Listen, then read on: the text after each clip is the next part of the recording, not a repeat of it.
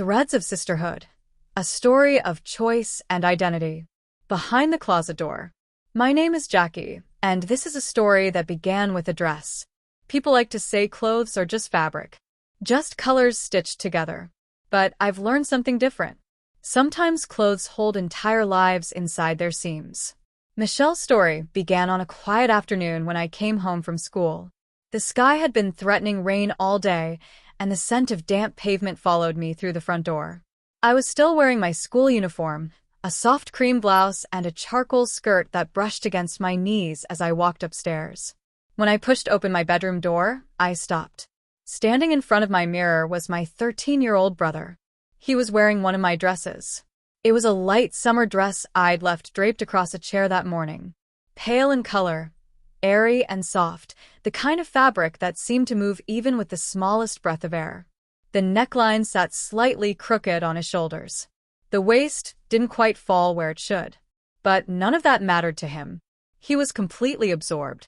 He turned slowly from side to side, fingertips grazing the skirt as it swayed, watching the reflection as if he'd discovered a secret doorway. For a moment, he didn't even notice me. And when he finally did, everything froze. His hands gripped the fabric like someone protecting something fragile, like a secret that might disappear if he let go. The room felt electric with silence. I could have laughed. I could have demanded an explanation. Instead, I asked the simplest question that came to mind. "Do you like how it feels?" He nodded. Just once. Small and quiet. But that tiny nod changed everything. Back then we looked a lot alike. Slim builds, long legs we both complained about whenever we had to shop for trousers. Our hair was the same brown-blonde shade, though mine curled whenever it rained, and his stayed stubbornly straight. I was the taller one, at least until heels entered the picture later. Because our sizes were similar, something interesting started happening. When curiosity turned into experimentation, my side of the wardrobe became the easiest place to explore. Most things fit well enough to imagine they were meant to. That evening at dinner, I told our parents. Not to betray him, but because secrets have a way of growing heavy if you carry them too long. I expected shock. Maybe anger. Instead, there was only a quiet pause. Mum looked across the table and asked gently, "Did it make you happy?" My brother answered with a whisper, "Yes." Dad simply shrugged and continued slicing bread. "Everyone deserves to feel comfortable in their own skin," he said casually. Mum nodded, then added with practical calm, "Next time, ask before borrowing." The normalness of it made us all laugh, and just like that, the tension dissolved. From that moment forward, the world began to shift, slowly, almost imperceptibly. He started choosing clothes with care. At first shyly, the way someone learns a new language word by word. Some afternoons I'd catch him standing in my wardrobe, running his fingers across different fabrics, feeling the textures, learning the difference between cotton softness and structured denim. We started talking about colors. Which shades warmed his face? Which ones made his eyes brighter? Sometimes we'd sit cross-legged on my bed with clothes scattered everywhere, debating outfits like fashion critics. He had surprisingly strong opinions. He liked fitted jackets, hated stiff collars, and loved sleeves that flowed freely when he moved. It was fascinating watching someone discover themselves through fabric and thread. Before long, I became his partner in crime. When we went shopping, I'd casually point out clothes that might fit him, pretending they were for me. One afternoon stands out in my memory. The sky was gray, and the air smelled like rain again when we came home with matching cardigans. Mine was muted rose. His was soft cloud blue. We wore them around the house that entire weekend. And nobody said a single word.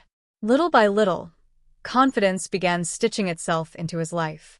His shoulders relaxed. He laughed more easily. The clothes that once felt like disguises slowly became something else entirely.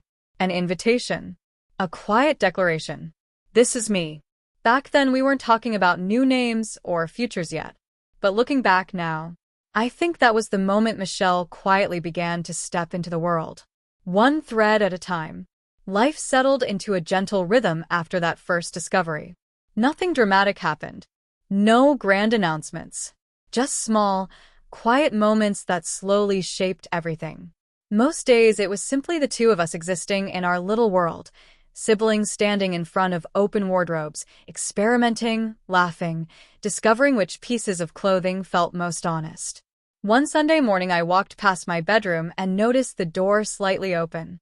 Inside, he was standing in front of the mirror again. The same mirror where it had all begun. But this time the posture was different. Back then, he'd stood nervously, shoulders tight, as if he might be caught doing something forbidden. Now he stood tall and relaxed, like someone who had finally stepped into their own reflection. He had chosen the outfit himself. A simple skirt, a soft top. Nothing flashy, nothing complicated. Yet it looked completely natural on him, as though the clothes had always been meant to live there. For the first time, it didn't feel like pretending. It felt like truth. When he noticed me watching from the doorway, he didn't freeze like before. Instead, he smiled. "You look comfortable," I said. He glanced back at the mirror and nodded slightly. "I feel like me." That moment stayed with me, because that was the instant I understood something important. There was no secret anymore. Only a beginning. From the outside, it might have seemed trivial. Just clothing. Just fabrics and colors. But inside our house, clothes became a kind of language. When words were hard to find, fabric spoke instead. A cardigan could quietly say, "I'm trying."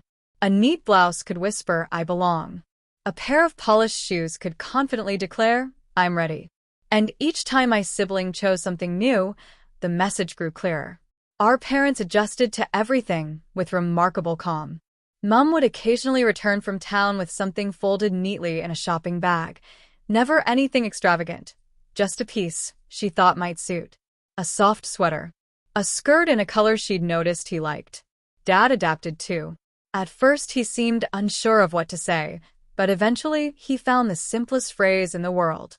"You look nice today." And he said it sincerely. That quiet acceptance meant more than any speech ever could. As for me, I learned something unexpected. I learned how to share. At first it felt strange seeing someone else wear clothes that once felt like part of my identity. But every time I saw how happy they made him, the strangeness faded. Soon we were borrowing from each other deliberately. Belts, scarves, cardigans, jackets. Somehow we had become sisters long before anyone officially said the word. By the end of that year, the memory of surprise had disappeared completely.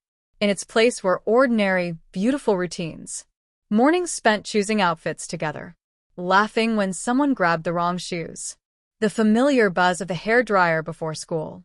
The mirror that once reflected confusion now showed something different. Two young women standing side by side. Adjusting sleeves. Straightening seams. Checking each other's hair.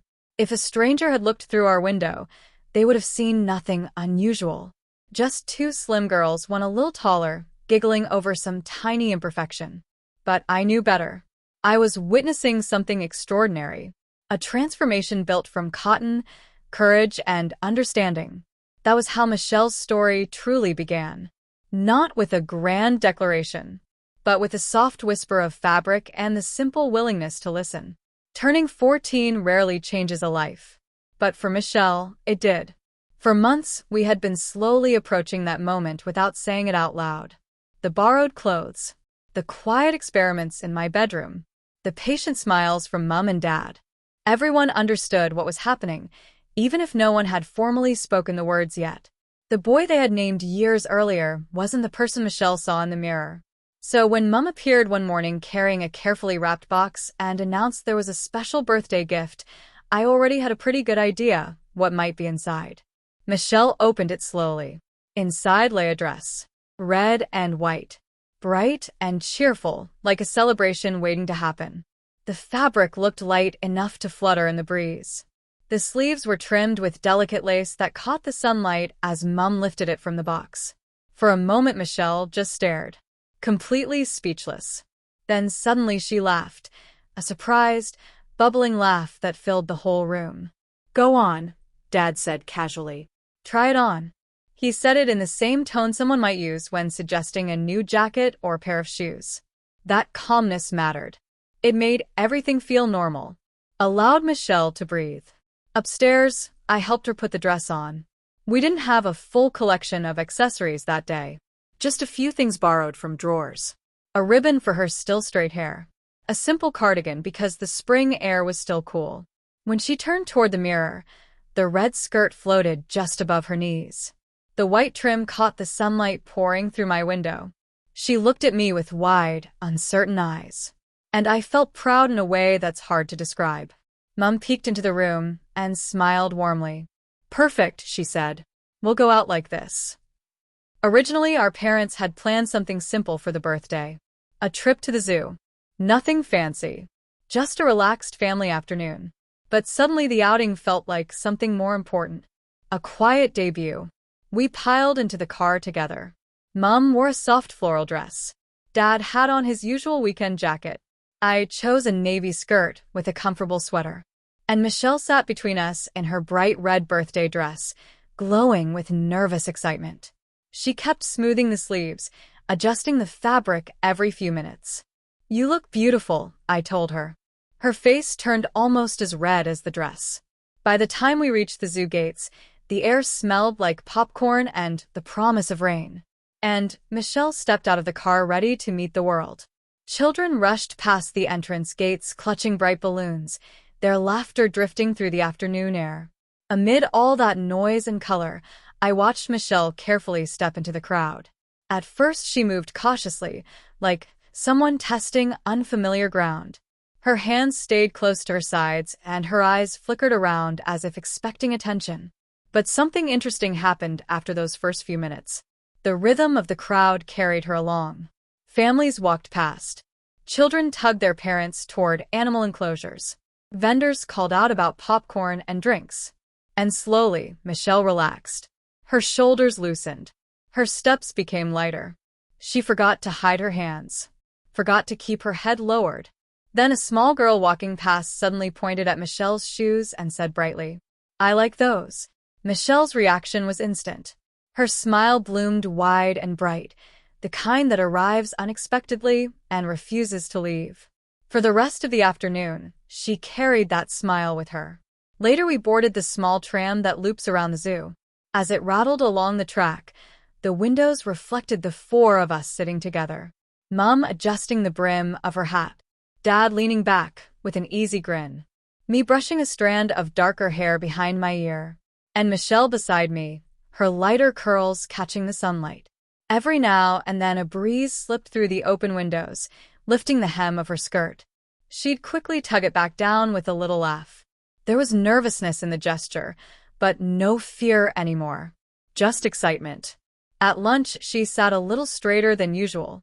Napkin neatly folded. Elbows carefully off the table.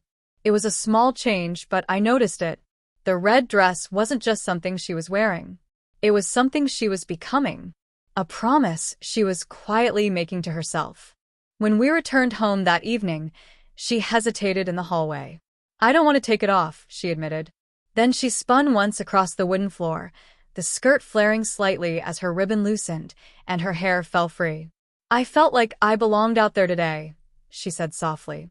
There was wonder in her voice, the kind that comes when reality turns out kinder than expected. "You did belong," I told her. "You just hadn't realized it yet." That night, she hung the dress carefully on the back of her bedroom door, almost reverently. Each time I passed her room afterward, I could see the red fabric glowing faintly in the light. A quiet symbol, a reminder of courage. In the weeks that followed, life naturally wove itself around that dress. After school, Michelle would come home, drop her bag, and change almost immediately. The stiff uniform disappeared, replaced by softer, brighter clothes. Sometimes the red dress. Sometimes new pieces Mom had found on sale in town. Before long the sight became completely ordinary. Michelle drifting through the house in skirts that swayed gently when she walked. Always neat. Always thoughtful about how she presented herself. Our parents' calm acceptance made everything easier. Dad never hesitated over pronouns. And one day I noticed Mom had started calling her she without even thinking about it. Neither of us commented. It simply felt right. Their quiet steadiness built something important around our family. A kind of invisible shield. Inside it, Michelle could grow without worrying about the noise of other people's opinions. At school, she still dressed the way she always had. But the moment she came home, the transformation happened almost automatically. Shoes kicked off near the door. Jacket replaced with something soft. The gentle hum of a hairbrush moving through her curls. And every weekend, without fail, the red dress appeared again. Pressed neatly, waiting patiently. Sometimes I'd stand in the doorway and watch her adjust a belt or smooth a wrinkle in the fabric while studying her reflection. She was learning things. How cloth moves when you walk. How colors change the way a face glows. How the outside can reflect what's happening inside. And every time I saw that quiet joy on her face, I thought, this is what growing up is supposed to look like. A few weeks later, we took another trip into town together. I wore a soft sweater with a denim skirt. Michelle chose the red dress again, pairing it with a small shoulder bag she'd started carrying everywhere. People glanced at us the way people always do in busy streets. A quick look. Then their attention moved on. No whispers. No drama. Just normal life continuing around us. And somehow that normality felt like a victory. On the bus ride home, Michelle leaned her head against the window. The city lights slid across the glass, dancing over her reflection. Half asleep, she murmured, "Do you think I'll always feel this happy when I wear something new?" I smiled. "I hope so," I said. "It means you're still discovering who you are." She nodded slightly, already drifting into sleep as the bus carried us through the glowing streets. I thought back to the afternoon months earlier when I'd opened my bedroom door and found her standing nervously in front of the mirror. Back then, fabric had been a secret. Now it was a language we both understood. Even today, that red and white dress still hangs in her wardrobe. The lace has softened with time. The color has faded a little. But we will never throw it away. Because that dress was more than clothing. It was the first page of a story. The moment a girl stepped out into the world and discovered that something as simple as wearing what she loved could change everything. The red and white birthday dress didn't end up folded away like a souvenir from a special day. Instead, it quietly marked a beginning. From that afternoon onward, Michelle developed a new rhythm to her life. Every day after school became a small ceremony of transformation, buttons undone, hangers shifting, fabrics chosen with growing certainty. With every outfit, she stepped a little further away from the boy people once saw, and closer to the girl she felt herself becoming. School, of course, still required uniforms. We both wore the same one. Gray pleated skirts, white shirts that refused to stay crisp after lunch, and navy sweaters embroidered with the school crest over the heart. Michelle used to say the uniform made her feel invisible. But the moment we stepped through our front door each afternoon, everything changed. She would disappear upstairs almost immediately. From below, I could hear the familiar sounds, the wardrobe door creaking open, hangers tapping together, the gentle rustle of fabric. Then she'd come back down the stairs. And just like that, the performance of the day began. Some afternoons she chose soft, flowing clothes, pale tops that moved with every step, skirts that fluttered around her knees when she walked through the hallway. Other days she preferred something sharper, tailored jackets, darker pleats, sleeves rolled neatly to the perfect point. Her style was slowly evolving. The clothes were no longer borrowed experiments. They were decisions. Meanwhile, I usually stayed in whatever felt comfortable, jeans, a loose blouse, my hair tied up while I worked through homework. But whenever Michelle appeared, the entire house seemed brighter somehow. Mom might glance up from the kitchen table and smile, without saying a word.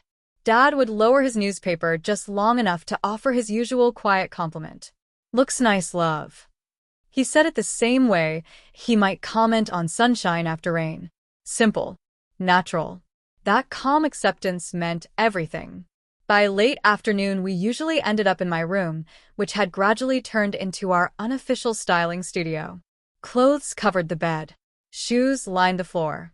We talked through outfits as though preparing for a fashion shoot. Which colors worked best with her hair? Which fabrics caught the light in the right way? Michelle had begun to notice details. She said cotton felt relaxed and easy, like quiet afternoons at home. Satin, she decided, belonged to celebrations. I teased her that one day she'd need a wardrobe the size of a small room. She promised that when she finally had one, I'd still be allowed to borrow from it. Occasionally friends came over after school. At first they didn't quite know how to react. They'd arrive expecting the same person they had always known, and instead they'd find Michelle standing there in a carefully pressed skirt and patterned blouse, hair brushed smooth, smiling calmly as if daring anyone to question it. There were a few awkward silences. A couple of clumsy jokes that landed badly. But teenagers adapt faster than most adults believe. Within weeks, the uncertainty faded. Her closest friends started asking her advice about outfits, borrowing belts, comparing shoes. Soon the whole thing felt completely ordinary. The real changes weren't dramatic. They lived in the small details. Michelle began folding her clothes carefully, hanging them neatly, treating them with a patience she'd never shown before. It was as if caring for the garments helped her learn how to care for herself. Even her posture changed. The shoulders that once slumped beneath the weight of a backpack now carried themselves with quiet confidence. Autumn arrived, bringing cool mornings and crisp air. Short sleeves disappeared beneath layers, light jackets, patterned scarves, the occasional soft hat when the wind picked up. Michelle adored scarves more than anything. She'd stand in front of the mirror twisting them into different shapes, experimenting with knots and drapes. "They frame your face," she once explained thoughtfully. "They make everything look intentional." Nothing about her identity felt accidental anymore. It was something she was crafting thread by thread. Evenings in our house were peaceful. Mom would cook dinner while I helped set the table. Michelle often polished the cutlery, humming softly with her sleeves rolled back just enough to stay tidy. Later we'd collapse onto the sofa in the living room to watch television. She'd tuck her legs comfortably beneath her, skirt falling naturally, completely relaxed. Seeing her like that always moved me a little. There's something powerful about witnessing someone finally stop pretending. Weekends became experiments with color. Saturdays leaned toward softer tones, lavender, pale green, cream. Sundays felt richer. Burgundy, deep navy, forest shades. We'd wander through the park together, comparing how the wind tangled our hair. Michelle often walked half a step ahead of me, as though testing the world's reaction and discovering it wasn't nearly as frightening as she once imagined. One early winter morning, she knocked gently on my bedroom door. When I looked up, she was standing there in a simple gray dress layered beneath a cardigan the color of frosty sky. "Do I look okay?" she asked quietly. I studied her. The calm posture, the sleeves resting neatly against her wrists, the confidence growing in her expression. "You look like yourself," I said. Her smile spread instantly. That's exactly what I was hoping for. School still had its limits. Uniforms were uniforms. But even there, something had begun to shift. Teachers noticed she spoke up more often. She laughed more easily. Her friends included her without hesitation. And when the final bell rang each afternoon, she walked through the school gates with that same familiar lightness, knowing that home waited just down the road. And home meant freedom. By spring our wardrobes were completely tangled together. My cardigans ended up in her room. Her skirts found their way into mine. Mom eventually stopped trying to separate the laundry. "You two dress the same anyway," she joked. And she wasn't wrong. Michelle's style had grown to resemble mine in many ways, only brighter, a little bolder, a little more adventurous. Looking back now, those afternoons created the quiet rhythm of her teenage years. Nothing dramatic. No speeches. No grand declarations. Just the simple act of choosing clothes again and again, day after day, until the reflection in the mirror finally matched the person inside. Sometimes I'd find her standing in front of that same old mirror, smoothing the fabric of a skirt while staring thoughtfully at her reflection. She wasn't admiring herself. She was measuring distance, seeing how far she'd come from the shy child who once froze when I caught her wearing a dress. Whenever I saw those moments, I stayed quiet. Some rituals deserve silence. Even now, I can picture it perfectly.